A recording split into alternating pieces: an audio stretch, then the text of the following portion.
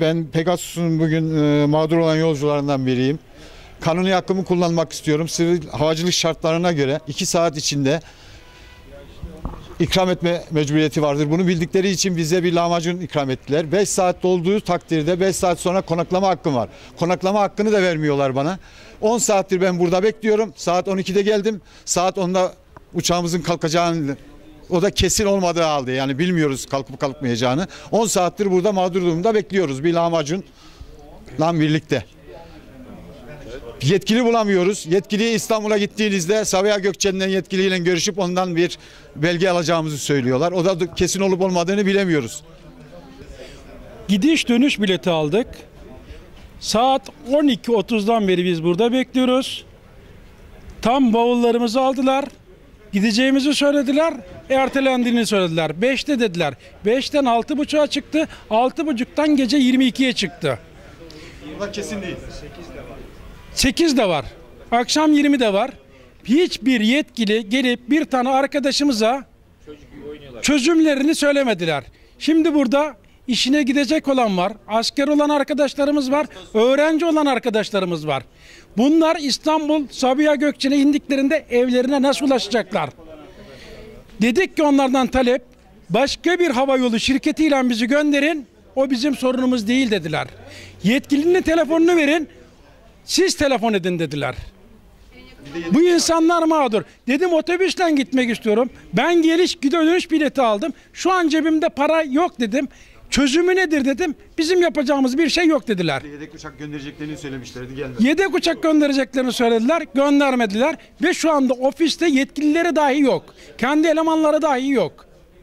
Bavulları tekrar uçaktan geri aldıklarında kiminin sapı kırık, girişi güzel atmışlar. İnsanların bavulları bile rezil bir şekildeydi. Bugün saat 12.30'da buraya geldim. Şu anda saat tam olarak 21.10. Yani nasıl diyeyim, uçak roter yapabilir. Herhangi başka bir şey de olabilir. Tamam, 2 saat, 3 saat ama 8 saat gerçekten beklemek için çok sıkıntılı bir zaman dilimi. Ondan sonra bu Pegasus, yani isim vermek gibi olmasın ama yani Pegasus insanları, burada 180 kişiyi gerçekten çok fena şekilde mağdur etmiştir. Bize yalandan yere buradan işte ne bileyim bir çay veriyor. Ondan sonra bir tane lahmacun. Ondan sonra yanında bir tane de böyle yalandan ayran. İşte ikram ettik size diye. Zannediyorlar ki bunları mahkemeye vermeyeceğiz veyahut da herhangi bir şey yapmayacağız diye. Ki yani nasıl diyeyim, gerekli şeyleri yarın indiğimde de yapacağım, yani bunları da söyleyeyim.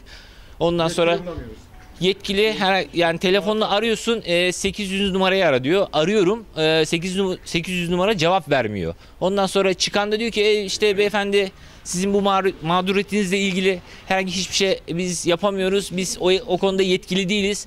Diyorum, bana yetkili bir insanın diye veyahut da bir şeyin mail adresini dahi verin. Onu dahi veremiyorlar. Kendi kullandıkları neydi o mail adresi?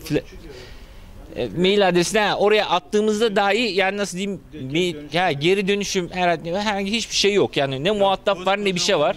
Yani koca havaalanı, yani nasıl diyeyim, yani nasıl diyeyim, Pegasus'ta koca bir firma gözüküyor, yani kurumsal bir firma olarak gözüküyor.